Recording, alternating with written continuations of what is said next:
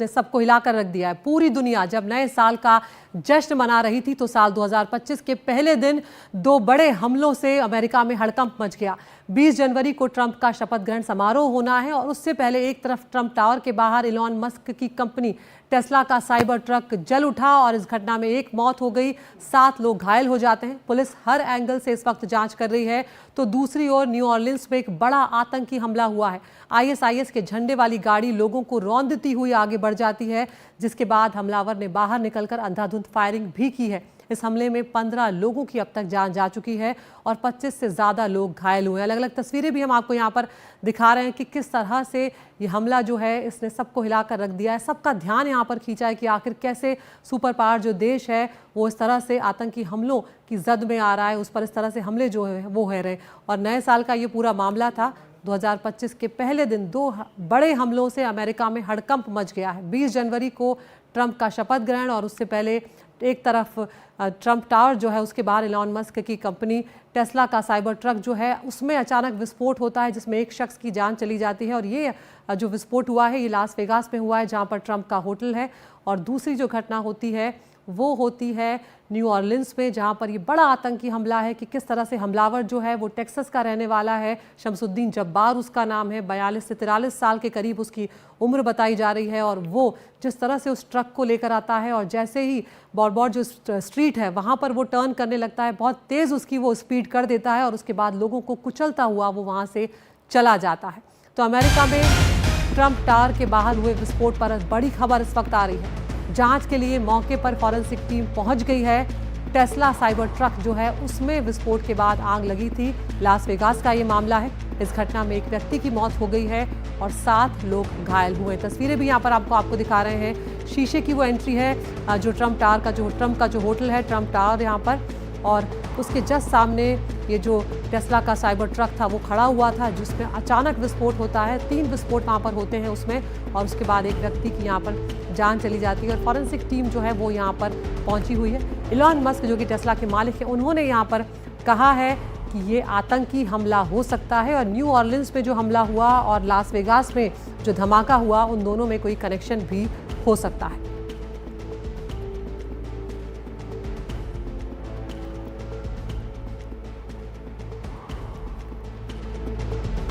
तो ये वो तस्वीरें आपको हम दिखा रहे हैं जिसमें ब्लास्ट हुआ। टेस्ला का साइबर ट्रक ये है और आप वो शीशे के दरवाजे देख सकते हैं जिसके ठीक सामने ये टेस्ला का ट्रक खड़ा हुआ था और यहाँ पर ये विस्फोट हुआ है इसमें। और ये ट्रंप का होटल है जिसके उसके जो ट्रक जल रहा है उसके ठीक सामने आप देख सकते हैं ट्रंप भी लिखा हुआ है जो ट्रंप का होटल है उसके बाहर। और दूसरी तस्वीर उसी दरवाजे के बाहर जहां पर वो शीशे के दरवाजे हैं वहीं पर अब फॉरेंसिक टीम जो है पहुंच गई है जहां पर विस्फोट हुआ था। और हर एंगल से अब जांच की जा रही है कि क्या कोई आतंकी हमला हो सकता है, ये भी इसमें कोई विस्फोटक भरे हुए थे या फिर ये विस्फोट आखिर कैसे हुए। नए साल के पहले दिन अमेरिका में टेरर अटैक ये हुआ है। न्यू ऑरलिन्स हमले में आईएसआईएस का एंगल यहाँ पर सामने आया है। हमलावर के ट्रक से आईएसआईएस का झंडा मिला था। न्यू ऑरलिन्स आतंकी हमला जो हुआ उसमें 15 लोगों की अब तक जान जा चुकी है, 25 लोग जख्मी हो गए। तेज रफ्तार ये पिकअप ट्रक था जिसने भीड़ को रौंद दिया और पुलिस ने हमलावर को भी यहाँ पर मार गिराया है। शमसुद्दीन जब्बार उसका नाम है। न्यू ऑरलिन्स के मेयर लाटोया कॉन्टरेल ने इसे आतंकवादी हमला बताया है। एक पुलिस अधिकारी के मुताबिक मौके पर एक विस्फोटक डिवाइस भी यहाँ पर मिला है। तो इसमें कहीं ना कहीं ये शक जो है वो पूरी तरह से अब जाहिर हो रहा है कि पूरे प्लान्ड तरीके से इस हमले को अंजाम दिया गया है। जो शमसुद्दीन जब्बार था उसने पूरी प्लानिंग करी थी इस हमले को अंजाम देने की। नए साल का वक्त था, लोग जश्न मनाने के लिए सड़कों पर उतरे हुए थे और उसके बाद ये बड़ा हमला यहाँ पर होता है अमेरिका पर, जिसमें 15 लोगों की अब तक मौत हो चुकी है और जो कुछ घायल हैं 25 के करीब लोग, उसमें से कुछ की हालत गंभीर भी बताई जा रही है। तो ये शक है कि मरने वालों का आंकड़ा बढ़ भी सकता है। तो न्यू ऑरलिन्स जो हमलावर है उसका आईएसआईएस कनेक्शन भी यहाँ पर बताया जा रहा है। हमलावर की पहचान जो है वो शमसुद्दीन जब्बार के तौर पर हुई है। अमेरिकी नागरिक लंबे समय तक ये जो है वो सेना में भी रहा है, यूएस की आर्मी में भी ये रहा है। ये बात खुद जो बाइडेन जो है उनकी तरफ से कही गई है। और करीब 11 महीने तक अफगानिस्तान में भी इसकी तैनाती रही है। ये अपने आप में एक बहुत बड़ी बात और निकलकर सामने आई है। 2015 में जो यूएस आर्मी है उसके रिजर्व में ये शामिल था, आर्मी का जो रिजर्व होता है उसमें भी ये शामिल था। टेक्सास का ये नागरिक है, वहीं पर इसका जन्म हुआ था और नाम इसका शमसुद्दीन जब्बार है। तस्वीरें भी उसकी सामने आई हैं। पुलिस ने इसे मार गिराया है जिस वक्त इसने इस तरह से हमला किया। ट्रक से जो ISIS है उसका झंडा भी यहाँ पर बरामद हुआ है, जिसके बाद जब कुछ और पुराने वीडियो खंगाले गए हैं तो कुछ इस तरह की बातें भी सामने आई है कि ये ISIS से काफ़ी प्रभावित था, इन्फ्लुएंस था और उसे ज्वाइन करने का भी इसका विचार चल रहा था। गाड़ी से बंदूक और पाइप बम भी यहाँ पर बरामद हुए हैं जिस पिकअप ट्रक से इसने लोगों को कुचला है। पुलिस ने शमसुद्दीन जब्बार को मौके पर ही मार गिराया था। यहाँ पर बड़ी बात यह भी है कि पुलिस खुद अब इसे आतंकी हमला, आतंकी घटना मान रही है और उसी एंगल से अब इस पूरे मामले की जांच जो है वो की जा रही है। अब तक मरने वाले का आंकड़ा जो है वो 15 तक पहुंच गया है और इसमें करीब 25 से 30 लोग घायल बताए जा रहे हैं।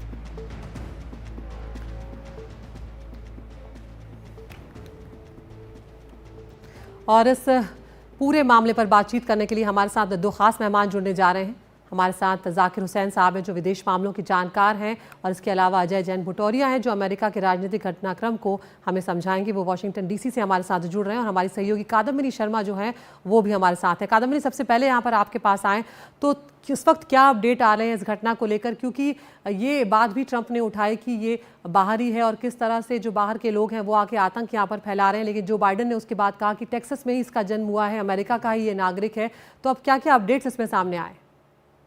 देखिए, सबसे पहले तो जो टेस्ला की जो साइबर कार में जो विस्फोट हुआ है उसको लेकर अब फोरेंसिक जांच हो रही है। देखा ये जा रहा है कि इसके अंदर किस प्रकार के विस्फोटक थे या किस तरह के बाकी जो फायरवर्क्स जिसको कहा जा रहा है वो इसमें थे।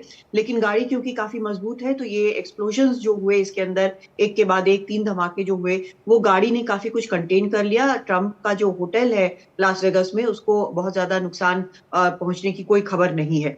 एक शख्स की मौत हुई जो कि इसका ड्राइवर था और जो मोटर जो उसमें था उससे 7 लोग जो है वो घायल हुए। दूसरी घटना जो इसके पहले हुई थी वो न्यू ऑर्लियंस की घटना थी जिसमें अब 15 लोगों के मारे जाने की खबर है। लेकिन वहां पर FBI जो है वो साफ तौर पर ये कह रही है कि एक आतंकी घटना थी। ISIS का झंडा उसकी गाड़ी से मिला है, शख्स की गाड़ी से मिला है। उसके अंदर एक्सप्लोसिव थे, IED थे उसकी गाड़ी के अंदर। लेकिन वहां पर FBI को यह भी शक है कि हो सकता है कि इस शख्स के साथ कोई और भी काम कर रहा हो, तो इस एंगल से भी वहां पर ये जांच चल रही है।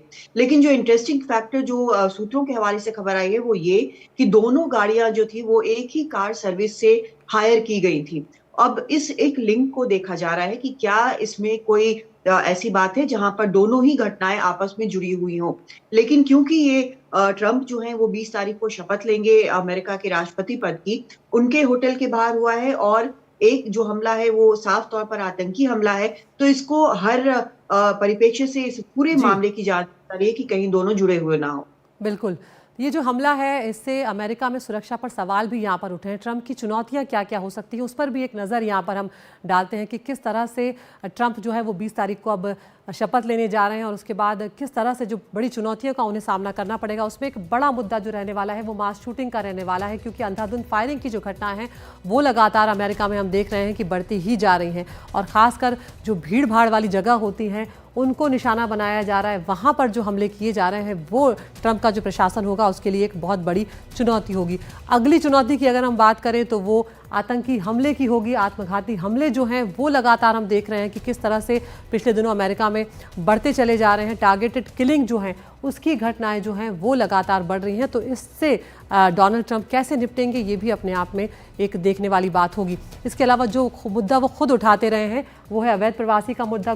घुसपैठियों को निकालने का वादा जो है वो कर चुके हैं। चुनावी अभियान में उन्होंने इसको बहुत बड़ा मुद्दा बनाया था और ये जो न्यू ऑर्लियंस में हमला हुआ उसके बाद भी उन्होंने इस मुद्दे को एक बार फिर से उठाया। मेहमान हमारे साथ यहाँ पर बने हुए हैं। जाकिर हुसैन विदेश मामलों के जानकार हैं। अजय जैन भुटौरिया हैं जो अमेरिका के राजनीतिक घटनाक्रम को समझाएंगे, वॉशिंगटन से हमारे साथ जुड़ रहे हैं। यहाँ पर जाकिर साहब, अगर आपसे हम बात करें, सुपर पावर कंट्री जो है अमेरिका, उस पर अगर आतंकी हमला होता है तो वो अपने आप में बहुत बड़ी बात हो जाती है और टाइमिंग भी यहाँ पर देखी जाएगी कि किस तरह से नए साल को निशाना बनाया गया। नए साल का पहला दिन जो था उस दिन लोगों पर ये हमला किया गया। तो अमेरिका की जो आंतरिक सुरक्षा है उसको लेकर कई गंभीर सवाल यहाँ पर खड़े हो रहे हैं और अमेरिका की सुरक्षा भी अब खतरे में है, ये सामने आ रहा है। ये तो 9/11 के बाद से ही अमेरिका की सुरक्षा खतरे में आई थी और उन्होंने काफ़ी मजबूत इसके लिए जो है अरेंजमेंट किए थे। उसके बाद से कोई इस तरीके की घटना नहीं हुई है, लेकिन फिर जो है इस तरीके से धीरे धीरे घटनाएं छोटी छोटी हो रही हैं। इसका मतलब ये हो रहा है कि कहीं ना कहीं फिर से जो है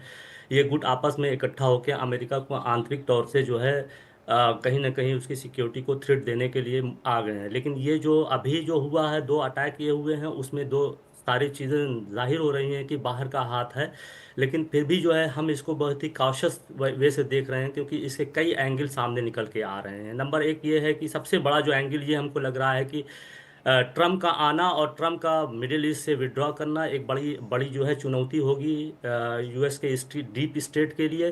तो अगर आईसिस इसमें इन्वॉल्व है तो कहीं ना कहीं एक पॉलिसी ये नज़र आ रही है कि ट्रम्प को किस तरीके से फिर इंगेज करके रखा जाए। इसलिए ट्रम्प के स्टेटमेंट में हमको बहुत ज़्यादा जो है एग्रेसिवनेस नज़र नहीं आई टेररिज्म को लेकर।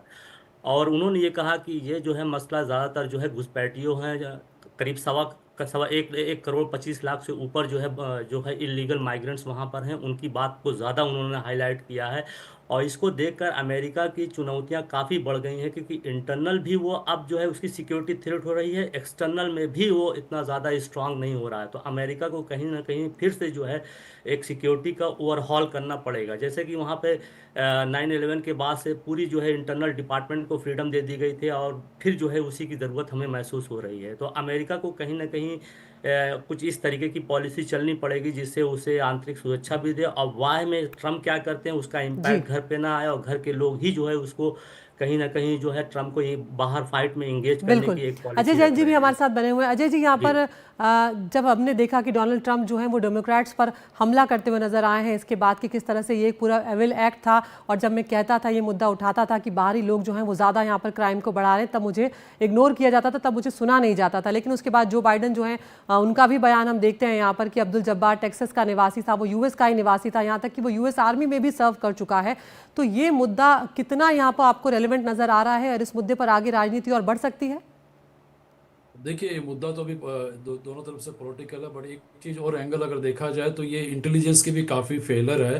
क्योंकि एक आर्मी में रिजर्व में काम करने वाला अफगानिस्तान में कुछ सालों तक वो का काम कर चुका है, और एंड उसके बाद में वो आईसिस उसको ऑनलाइन रिक्रूट करता है, या आईसिस के लोग उसको मिलकर रिक्रूट करते हैं, फिर वो आईसिस के झंडा लेके अटैक करता है और लोगों को जान लेता है। तो कहीं ना कहीं वो आईसिस के बिहाफ पे ही काम कर रहा है। तो इतना जब सब कुछ हो रहा था तब भी जो इंटेलिजेंस है यूएस की, उसको ये खबर नहीं मिली कि उन्हीं के लोग रिक्रूट किए जा रहे हैं। तो हो सकता है कि क्या ये एक इंडिविजुअल केस था, या और भी स्लीपर सेल है जो आर्मी के लोग हैं, या जो पुलिस के लोग हैं, जो वो आईसिस के थ्रू और भी रिक्रूट किए जा चुके हैं, और वो स्लीपर सेल जो है टाइम एंड अगेन बार बार बाहर आएंगे और इस तरह के अटैक करेंगे। ये सब चीज़ों के लिए अब गहरी जांच पड़ताल करने के लिए प्रेसिडेंट बाइडेन ने उन्होंने अपने स्पीच में कहा कि वो सारे डिटेल की जांच करेंगे। हाँ, जो ट्रम्प का मुद्दा है कि एक हद तक मैं एग्री करता हूं कि क्राइम को रिड्यूस करने के लिए इलीगल इमिग्रेशन को रोकना है, क्योंकि बहुत सारी कंट्रीज से, वेनेजुएला या अफ्रीकन कंट्रीज या काफ़ी कंट्रीज से जो हार्डकोर क्रिमिनल है वो जी बॉर्डर क्रॉस करके हमारे कंट्री में आ चुके हैं, और उनको अब वो किस तरह के एक्टिविटीज करेंगे इसके ऊपर अभी बिल्कुल। जब इस तरह की एक्टिविटी सामने आएगा तब पता चलेगा।